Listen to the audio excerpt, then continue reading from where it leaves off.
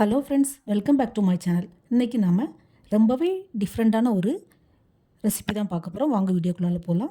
அதுக்கு முன்னாடி நம்ம சேனலில் ஃபஸ்ட் டைம் பார்க்குற வியூஸ் ப்ளீஸ் சப்ஸ்கிரைப் பண்ணி வச்சுக்கோங்க. அப்போ தான் நான் போடுற வீடியோஸ் எல்லாமே மிஸ் ஆகாமல் உடனே உங்களுக்கு நோட்டிஃபிகேஷனில் வரும்.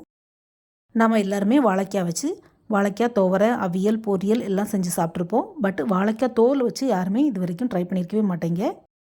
இந்த வீடியோவை பார்த்ததுக்கப்புறம் நீங்களும் வாழைக்காய் தோலை இனிமேல் களையாமல் கண்டிப்பாக வீட்டில் ட்ரை பண்ணி பார்ப்பீங்க. நாம் இன்றைக்கி இந்த நேந்திரம் வாழைக்காய், அதாவது நாங்கள் நாகர்கோவில் சைடில் ஏத்தம் வாழைக்கான்னு சொல்லுவோம். இந்த ஏத்தம் வாழைக்காய் தோலை வச்சு ஒரு துவரம் ரெசிபி தான் பார்க்க போகிறோம். நான் இந்த டிஷ் பண்ணுறதுக்கு ஒரு 3 ஏத்தம் வாழைக்காய் எடுத்துருக்கிறேன். காய் பார்த்திங்கன்னா இதே மாதிரி நல்ல பச்சை தோலாக இருக்கணும், கொஞ்சம் கூட எல்லோயிஷ் கலரே இருக்கக்கூடாது. வாழைக்காய், வாழைத்தண்டு, வாழைப்பூ எதுனாலும் நம்ம சமைக்கிறதுக்கு முன்னாடி, அதாவது கட் பண்ணுறதுக்கு முன்னாடி கையிலையும் சரி, கத்தி அல்லது அருவாமனையிலையும் கொஞ்சம் எண்ணெய் தேய்ச்சிட்டு நம்ம கட் பண்ணோன்னா கை, கத்தி எதுவுமே கருக்காது. ஸோ இந்த டிப்ஸை ஃபாலோ பண்ணுங்கள் ஃப்ரெண்ட்ஸ். இந்த துவரனுக்கு வாழைக்காய் பார்த்திங்கன்னா நல்ல பருவமான வாழைக்காய், அதாவது நல்ல விளைஞ்ச வாழைக்காவாக இருந்தால் தான் டேஸ்ட்டு நல்லாயிருக்கும். எனக்கு மும்பையில் இந்த மாதிரி கொஞ்சம் சின்ன வாழைக்காய் தான் கிடச்சிது. ஆன்லைனில் தான் ஆர்டர் போட்டிருந்தேன். ஆக்சுவலாக நான் நேந்திரம் பழம் தான் போட்டிருந்தேன், அது பச்சை காயாக வந்தது. ஸோ இந்த ரெசிபி ட்ரை பண்ணலாமேன்னு தான் நான் ட்ரை பண்ணுறேன்.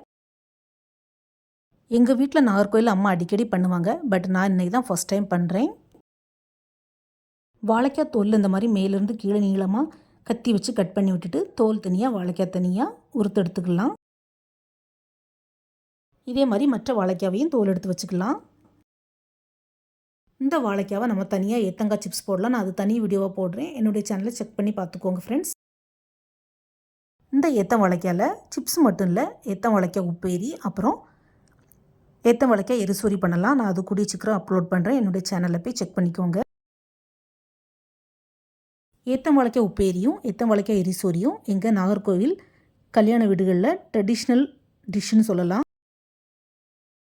ஆனால் இந்த 2 ரெசிபியுமே ஏத்தங்காயில் தான் பண்ணணும், செம்ம சூப்பராக இருக்கும். நாகர்கோவில் அது சுற்று வட்டார பகுதியில் உள்ள ஃப்ரெண்ட்ஸ் இந்த வீடியோ பார்க்குறீங்கன்னா உங்களுக்கு இந்த ரெசிபியை பற்றி கண்டிப்பாக தெரிஞ்சிருக்கும். தெரிஞ்சிருந்தால் ஷேர் பண்ணுங்கள் ஃப்ரெண்ட்ஸ். இப்போ எல்லா தோலையும் வாழைக்காயிலேருந்து ரிமூவ் பண்ணியாச்சு. இந்த வாழைக்காய் தோலை இப்படி வச்சு நம்ம டிஷ் பண்ண முடியாது. ஸோ இதை பொடி பொடியாக கட் பண்ணி எடுக்கணும். இந்த மாதிரி குட்டி குட்டியாக கட் பண்ணி எடுத்துக்கலாம்.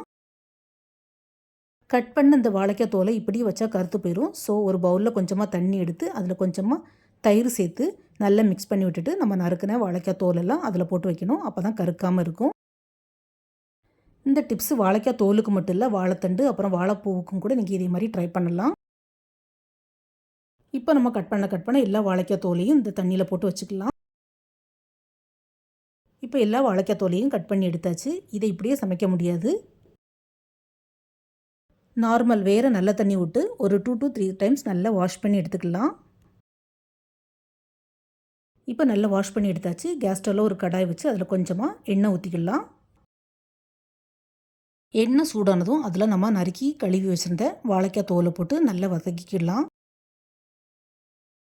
இது 2 to 3 மினிட்ஸே நல்லா வதங்கி சாஃப்ட் ஆயிரும். பாருங்கள், தோல் நல்லா வதங்கி டிரான்ஸ்பரண்ட் ஆகிட்டு இந்த ஸ்டேஜில் கொஞ்சமாக தண்ணி ஊற்றி நம்ம இதை வேக வச்சுக்கலாம். இது கூடவே இதுக்கு தேவையான உப்பு கொஞ்சமாக ஆட் பண்ணிக்கலாம், தேவைப்பட்ட அப்புறமா ஆட் பண்ணிக்கலாம். உப்பு சேர்த்து லைட்டாக மிக்ஸ் பண்ணி விட்டுட்டு வேக விட்டுடலாம். இது வேகிற நேரத்தில் நம்ம இதுக்கு ஒரு மசாலா ரெடி பண்ணிக்கலாம். ஒரு மிக்ஸி ஜாரில் கொஞ்சமாக துருவின தேங்காய் எடுத்துக்கலாம். அது கூடவே 2 to 3 சின்ன வெங்காயம், ஒரு சின்ன மிளகாய் வத்தல், அப்புறம் கொஞ்சமாக சீரகம், கொஞ்சமாக மஞ்சள் தூள் சேர்த்து கொரகொரப்பாக அரைச்சி எடுத்துக்கலாம்.